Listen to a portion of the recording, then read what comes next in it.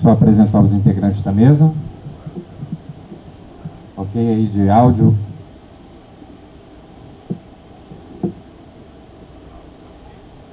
Procuradora de Justiça, doutora Eliane Pereira, assessora de Direitos Humanos. Doutora Adriana Lucas, promotora de Justiça, coordenadora do Centro de Apoio das Promotorias Criminais. Doutor Paulo Roberto Melo Júnior, promotor de Justiça. Doutora Alana Poubel, promotora de Justiça. E doutora Maria do Carmo Gargaglione, diretora da DEDIT, Divisão de Evidências Digitais e Tecnologia da CSI. Os promotores vão fazer primeiro Coordenadoria de Direitos Humanos, da MPRJ, doutora Eliane Pereira. Vamos abrir primeiro para algumas considerações iniciais dos promotores, depois vamos passar para as perguntas. Doutor Paulo Roberto pode iniciar? Não, doutora Adriana Lucas. Da ADPF, né? Um fato que muito nos preocupou. Infelizmente, hoje nós podemos trazer um desfecho favorável da investigação. Acho que é um esforço grande do Ministério Público de atender ao que se espera da instituição, especialmente no combate à letalidade policial, a diminuição dos riscos decorrentes das operações. Eu acho que, nesse sentido, a chefia institucional, prontamente, logo após assumir, já tomou todas as providências que nos competia. Hoje nós temos, através da Coordenação Geral de Segurança Pública, o plantão permanente, que funciona 24 horas. Nós temos recebido, em tempo real, muitas denúncias e conseguimos fazer uma interlocução na hora, através desse plantão, dos promotores designados, dos servidores que também estão lotados lá. E junto com esse esforço do plantão do GTT, temos toda uma estrutura de apoio, tanto às vítimas quanto aos direitos humanos, à minoria. E através dessas coordenadorias, dessa estrutura, a gente tem avançado bastante nesse propósito de contribuir efetivamente, estabelecer protocolos de atuação e, de alguma forma, conseguir minimizar esse problema que assola o Rio de Janeiro de uma forma especial, particular, no âmbito nacional, né? Em relação à letalidade policial e à fragilidade das comunidades envolvidas.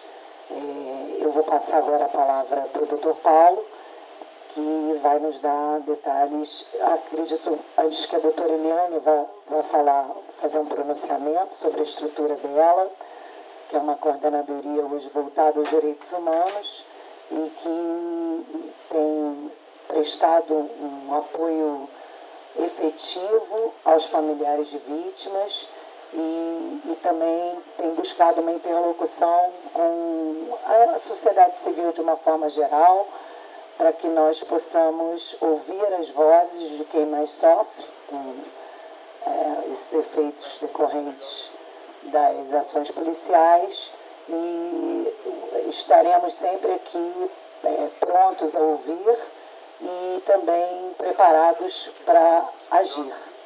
Obrigada.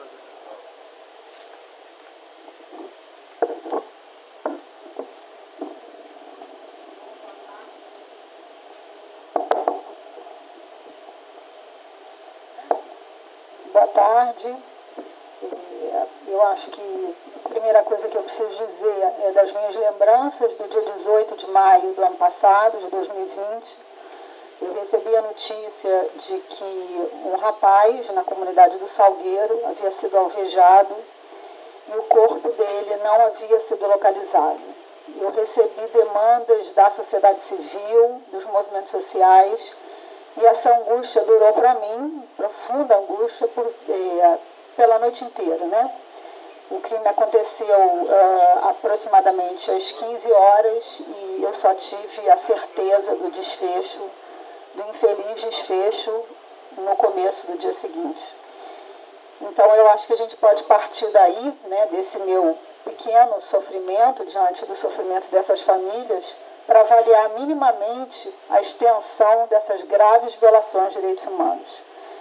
Nós vivíamos um começo de pandemia em que as pessoas estavam, em grande medida, se recolhendo, fazendo a sua quarentena.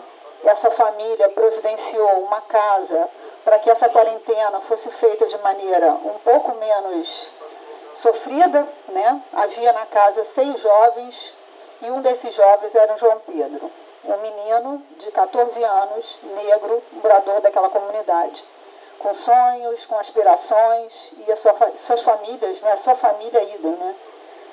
Então foi um dia muito marcante para mim, muito dolorido, e eu, a partir dessa minha pequena dor, né, posso calcular o que não foi isso, principalmente para o pai e para a mãe do João Pedro. É importante ressaltar que a instituição, ela desde um primeiro momento recebeu essa família aqui, apoiou essa família na medida das suas, primeiro das suas funções institucionais e também das suas possibilidades, que foram muito esgotadas, né? Eu acho que Maria do Carmo pode falar melhor também de todo o empenho técnico, né? Não só pessoal, mas de todo tipo de recurso técnico que foi empenhado nesse caso, até em razão das extensões, né, dessas violações. Esse é um caso de muita repercussão, de repercussão internacional, em que o Ministério Público está dando uma resposta à altura. Então é com satisfação, ainda que diante de um momento tão triste, que a gente se sente aqui prestando contas às famílias e à sociedade. Também é importante destacar o trabalho que vem sendo feito pelo Núcleo de Atendimento às Vítimas, coordenado pela colega Valéria Link. O nosso objetivo é exatamente atender minimamente, né, as expectativas dessas famílias, informar os passos do processo e, dentro das nossas possibilidades, né, promover justiça e, eu diria que em certa medida, redução de danos também. Já falei aqui também do desaparecimento do corpo por 17 horas, que é algo assim, me parece bastante grave, né? E da expectativa que a família, do direito, né? Dos direitos dessa família terem um atendimento com mínimo de dignidade em todas as instâncias institucionais. Inclusive com a aquisição, né, com o investimento em tecnologia, que permitiu que a gente chegasse a um resultado favorável, né? Também acho que é importante a gente agradecer a doutora Elizabeth Felisbino, que é a titular da Promotoria de Investigação Penal do Núcleo de Niterói e São Gonçalo. O órgão dela, a PIP dela, nós estamos em auxílio e é importante agradecer a ela a confiança no trabalho que foi feito. Acho também importante ressaltar o trabalho técnico da Divisão de Evidências Digitais e Tecnológicas da CSI, que foi responsável pela produção do laudo, né, que foi importante para que a gente pudesse ter uma conclusão favorável, representada aqui pela doutora Maria do Carmo. Ressaltar também o trabalho do Grupo de Atuação Técnica Especializado, o GAT, né, o nosso perito criminal, Dr. Márcio Coelho, que também atuou juntamente com a DEDIT na produção do laudo, que é uma peça técnica inédita nas investigações de homicídio aqui no Brasil.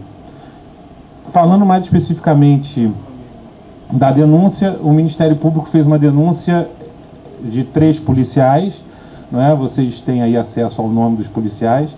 A denúncia está dividida em 2 partes. Ela engloba uma denúncia por homicídio duplamente qualificado, com dolo eventual, em coautoria, e a segunda parte é uma denúncia de fraude processual nos termos do artigo 23 da Lei de Abuso de Autoridade.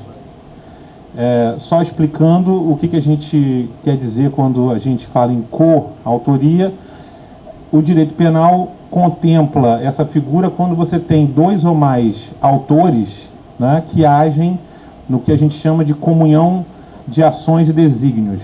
Então, se eu tenho, no caso, 3 atiradores unidos, efetuando disparos de arma de fogo com a mesma intenção, é indiferente do ponto de vista da denúncia quem efetivamente acertou, quem efetivamente atingiu a vítima, né? Todos estavam, como a gente usa a fórmula, em comunhão de ações e desígnios, né? Também é importante ressaltar que o Ministério Público, nessa denúncia, nós não pedimos a prisão preventiva dos policiais, porque nós entendemos que a imposição do afastamento cautelar da função pública, combinado com outras medidas cautelares, eram suficientes para garantir a conveniência da instrução criminal e a ordem pública, de modo que a gente entendeu que não era necessário, então, pedir a prisão preventiva dos policiais. Essa denúncia, eu acho que ela é histórica, não só, como a doutora Eliane e a doutora Adriana bem colocaram, como uma resposta do Ministério Público a uma situação grave, mas também porque foi utilizada uma tecnologia que foi decisiva e que será decisiva no sentido de fornecer uma maior segurança probatória para a atuação do Ministério Público. Então, assim, esses são os dados sumários e agora a gente pode abrir para perguntas, né, de quem tiver. Eu posso dar o testemunho, vamos dizer assim, do ponto de vista do usuário, vamos dizer assim, da tecnologia. Eu vou passar para a doutora Maria do Carmo para ela explicar para vocês, do ponto de vista técnico, como é que funciona essa reconstituição em 3D e virtual. O que eu posso dizer como promotor de justiça é que essa tecnologia nos permite ter uma visão muito mais detalhada da cena do crime e do ponto de vista dos autores, né? E nos dá muito mais segurança e fornece ao juiz lá na frente, quando for o caso do julgamento, muito mais segurança para tomar a sua decisão. Os aspectos técnicos, né, como eu sou um neandertal em tecnologia, eu vou passar para a doutora Maria do Carmo, que ela vai poder explicar para vocês exatamente como funciona e o que é essa nova tecnologia.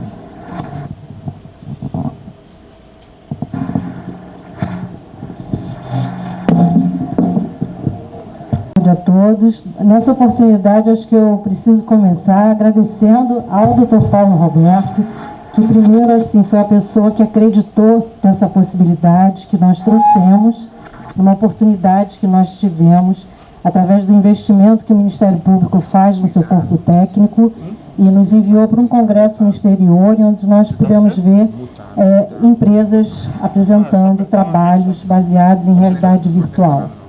A realidade virtual ainda é algo muito novo para todos nós, mas tem um alcance incrível. Eu acho que é uma mudança do modo de ver a prova técnica, a partir do momento que nós podemos recriar o ambiente, esse ambiente no seu tamanho natural, nos seus espaços naturais, e nós podemos voltar no tempo e no espaço, em segurança, e repetir, reproduzir todas as versões e fazer um confronto entre essas versões.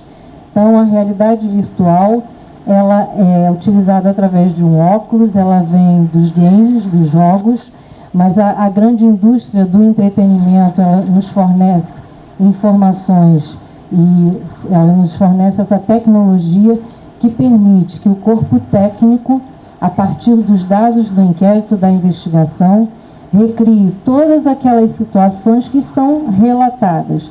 Então, a gente sai do imaginário que até o momento de hoje, as investigações, isso do meu ponto de vista técnico, elas sempre foram tratadas e a gente conta com a subjetividade de cada um de nós. Quando eu descrevo um ambiente, cada um vai imaginar esse ambiente de acordo com a sua vivência. E muitas vezes, quando nós vamos ao ambiente, a gente se depara com uma situação que a gente não esperava. E eu não achava que a janela era aqui, que a escada era assim, que eu ia ter esse tipo de visão. Então, o que a realidade virtual faz é acabar com esse viés subjetivo das pessoas e coloca todos nós no local onde as pessoas que relatam no inquérito nos informam. Na minha opinião, qualquer pessoa que passe por essa experiência viver essa experiência traz para nós, e aqui eu estou falando enquanto sociedade, uma visão completamente diferente do que possa ser a investigação do futuro. Eu acho que a gente está aqui colocando o Ministério Público do Rio de Janeiro, o Estado do Rio de Janeiro, à frente de todo o país, trazendo algo verdadeiramente inédito. E eu termino de novo agradecendo ao Dr. Paulo Roberto, que foi quem permitiu que a gente trouxesse isso para cá. Ele também levantou o dedo. Existem algumas técnicas. Uma técnica se chama fotogrametria, que você pode retirar fotos de um ambiente.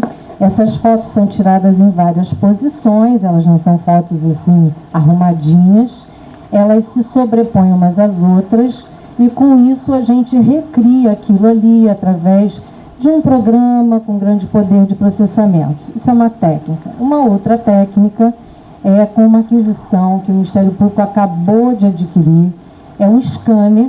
Esse scanner é um equipamento que é um pouco menor do que essas câmeras.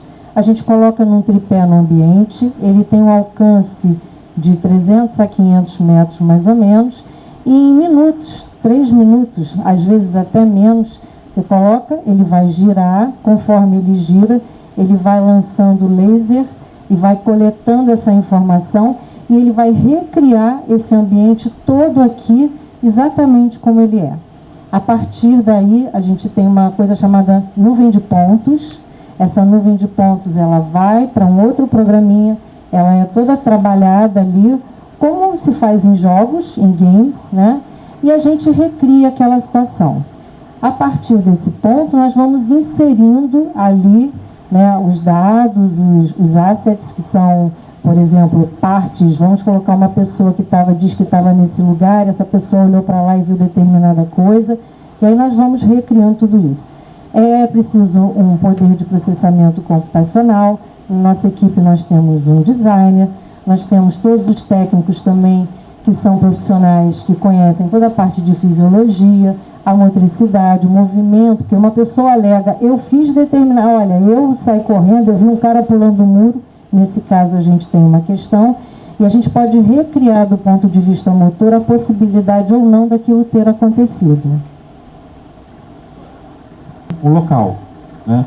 Evidentemente, como a doutora Maria do Carmo explicou muito bem, a tecnologia ela é um instrumento que se alimenta daquilo que está na investigação. Ela não cria nada, ela não produz nada.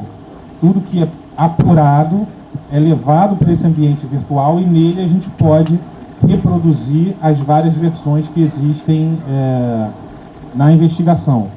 No caso concreto, por exemplo, foi possível que nós reproduzíssemos a posição dos atiradores, baseado no depoimento que eles prestaram no inquérito, e a partir da posição em que eles se colocaram no cenário, virtualmente a gente ter uma ideia do ponto de vista de cada um dos atiradores e a partir daí fazer as conclusões a respeito da adequação ou não da conduta dos policiais no momento da ação.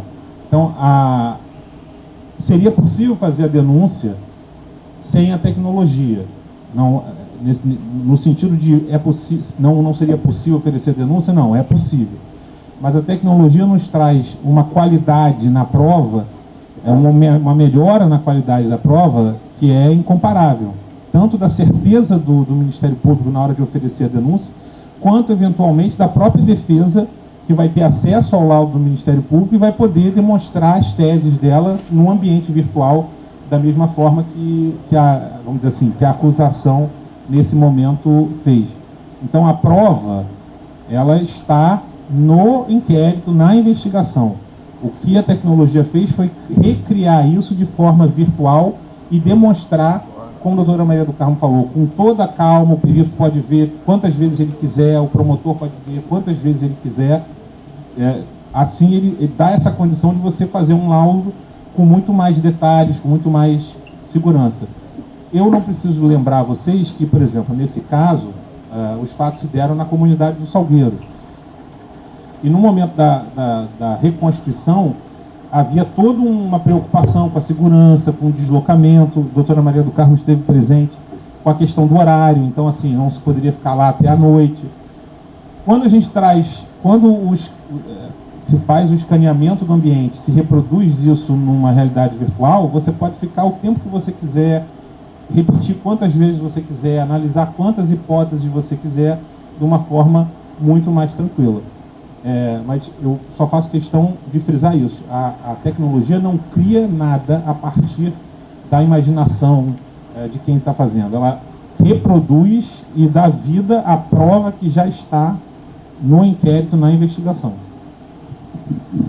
Esse caso concreto, a gente tem que lembrar que existem 7 testemunhas visuais, os outros jovens que estavam na casa e que sobreviveram, né? Além disso, foi feita uma reconstituição no local, né, onde foi possível colher os dados da cena do crime, né? Além disso, você tinha a versão que os policiais apresentaram na delegacia de homicídios, né? A partir daí, nós já poderíamos oferecer uma denúncia. Porém, quando você pega essas versões, quando você pega esses dados e você transforma isso numa reprodução em 3D, foi possível, como eu falei antes, a gente ter noção do ponto de vista do atirador, por exemplo. Eu saber que ele, por exemplo, afirma que ele sofreu uma agressão que veio dessa direção, por exemplo, e nós constatarmos que os tiros que atingiram a casa e o João Pedro foram disparados numa outra direção que não teria nada a ver com a própria versão que os policiais apresentaram. Como a doutora Maria do Carmo falou, isso, o nosso perito criminal, o doutor Márcio Coelho, ele já tinha condições no local de visualizar, como ela falou, né, na cabeça dele, essa circunstância e colocar no laudo. Mas a tecnologia 3D permitiu que ele efetivamente visse aquilo que o atirador estava vendo e pudesse, ele e nós, avaliar efetivamente o comportamento de quem estava naquela posição com aquele ponto de vista. Então existe um arcabouço probatório no inquérito que por si só já permitiria a denúncia, mas que foi reforçado, qualificado pela reconstituição virtual que foi feita pelo DEGIT, juntamente com o nosso perito criminal. E do ambiente do entorno da casa. Em relação às versões, assim, acho que não é adequado nesse momento a gente classificar de absurdo ou não, enfim, isso é uma questão para o julgamento.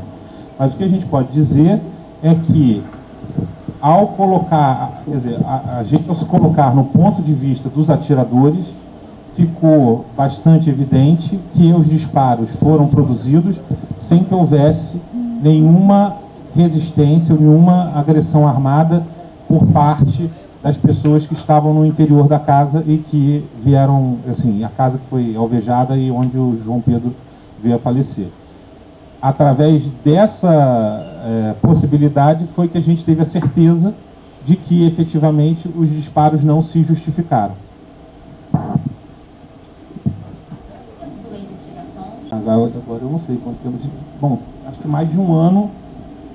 O tempo da investigação, nós já falamos sobre isso, né? Era uma investigação complexa, porque você tinha várias versões de várias testemunhas. Você tinha uma operação que envolveu vários policiais. O Ministério Público ouviu pelo menos 16 pessoas nessa investigação, não só testemunhas, familiares, como também policiais federais que participaram da operação e policiais civis que se dispuseram a prestar depoimento. Nós realizamos a reconstituição no local. Houve uma certa demora por conta da pandemia, né? E infelizmente a gente sabe que fazer uma reconstituição no Complexo do Salgueiro significa fazer uma operação para se poder fazer uma reconstituição. E aí a gente tem que avaliar com muito cuidado, porque às vezes para fazer uma reconstituição de homicídio você pode acabar tendo uma operação em que vão ter outros homicídios, e aí a gente não quer que isso aconteça.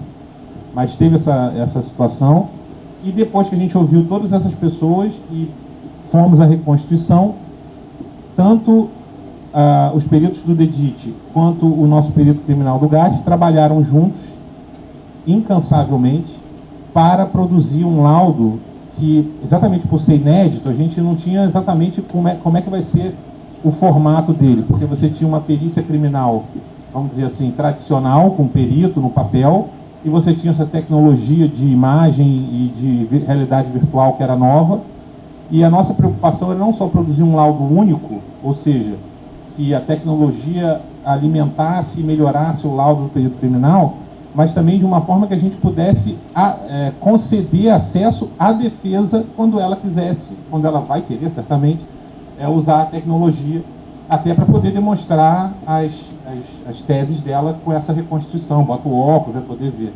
Então, assim, tudo isso demorou bastante do ponto de vista da investigação, mas foi sempre com a intenção de produzir o melhor resultado, né?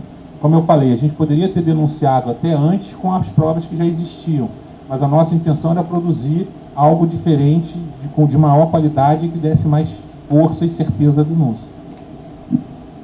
O que você perguntou, se eu estiver errado, você me corrija, a reconstituição, vamos dizer assim, o laudo está disponível através de um link que vai estar nos autos e que tanto o Ministério Público quanto a Defesa podem acessar e visualizar, né? Em relação a, vamos dizer assim, a utilização da realidade virtual, que é botar o óculos e andar no ambiente, a gente pretende que isso seja disponibilizado no julgamento ou durante o processo, tanto para o juiz, quanto para a defesa, quanto eventualmente para os jurados, né? O objetivo da tecnologia não é favorecer a acusação, o objetivo da tecnologia é favorecer a conclusão da verdade. Então ela tem que estar disponível para todos que queiram usar. E a doutora Maria do Carmo está me dando a cola aqui, que tudo está na nuvem, basta você ter o óculos para visualizar. Em relação à segunda pergunta, efetivamente a gente teve várias alegações a respeito da investigação que foi realizada no local pela Delegacia de Homicídios. É importante ressaltar que após, né, o local, o Ministério Público trabalhou em conjunto com o Dr. Bruno Kleuber, da Delegacia de Homicídios, e a atuação foi a melhor possível. Não obstante, existem várias alegações, inclusive na mídia, a respeito do que teria acontecido, da forma como foi preservado o local. Nós entendemos que, como o homicídio era um crime mais grave e, portanto, demandava uma resposta mais pronta, nós entendemos, por denunciar o homicídio, denunciar a fraude que diretamente envolve os 3 policiais denunciados por homicídio e extraímos peças, ou seja, tiramos cópia dessa investigação com a intenção de que se continue a investigação em relação ao possível envolvimento de outros policiais na não preservação, vamos dizer assim, do local. Então, assim, existe esse aspecto que ainda vai estar em andamento.